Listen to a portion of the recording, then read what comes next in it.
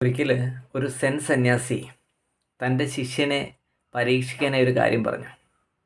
ഞാൻ 3 കാര്യങ്ങൾ പറയും, അതിൽ 3-ൽ നിനക്ക് ഏറ്റവും അനുയോജ്യമായത് ചെയ്യാം.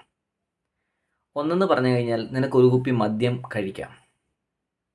2 എന്ന് പറഞ്ഞു കഴിഞ്ഞാൽ നിനക്കൊരു പരിചയമില്ലാത്ത ഒരു പെണ്ണുമായി ദാമ്പത്യ ബന്ധത്തിൽ ഏർപ്പെടണം. 3 എന്ന് പറഞ്ഞു കഴിഞ്ഞാൽ ഒരു കോഴിയെ ജീവനോടെ കൊല്ലണം. ഇതിലേത് നീ തിരഞ്ഞെടുക്കുമെന്ന് ചോദിച്ചു. അപ്പോൾ അയാൾ ആലോചിച്ചു. ഒരു സ്ത്രീയെ പരിചയമില്ലാത്തതോ അത് ശരിയല്ല, അത് ധർമ്മമല്ല. നീ കോഴിയെ കൊല്ലുന്നത് അതൊരു ജീവനാണ്. പിന്നെ അയാൾ ആലോചിച്ചപ്പോൾ മദ്യമാണെങ്കിൽ അത് മറ്റാർക്കും ദോഷമില്ലല്ലോ.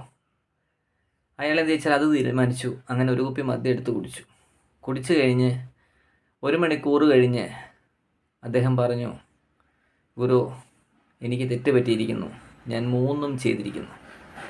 അതാണ് മദ്യത്തിൻ്റെ ഒരു ക്വാളിറ്റി എന്ന് പറയുന്നത്. നമ്മൾക്ക് ബോധമുള്ളപ്പോൾ നമുക്ക് പലതും ചെയ്യണ്ട എന്ന് തോന്നുന്ന പലതും അബോധത്തിൽ നമ്മളെ ചെയ്യിക്കാൻ മദ്യത്തിനാവും. പൂർണ്ണ ബോധത്തിൽ നടക്കുക എന്നുള്ളതാണ് സെന്നിൻ്റെ രീതി. നിങ്ങൾക്കും അതുണ്ടാവട്ടെ എന്ന് കരുതുന്നു. മദ്യത്തിൻ്റെ എല്ലാ അവസ്ഥകളും മനസ്സിലാക്കുകയും അബോധത്തിലേക്ക് പോകുന്ന എല്ലാ പ്രവർത്തനങ്ങളിൽ നിന്നും പുതിയ തലമുറ മാറി നിൽക്കുകയും ചെയ്യട്ടെ എന്ന് ആശംസിക്കുന്നു.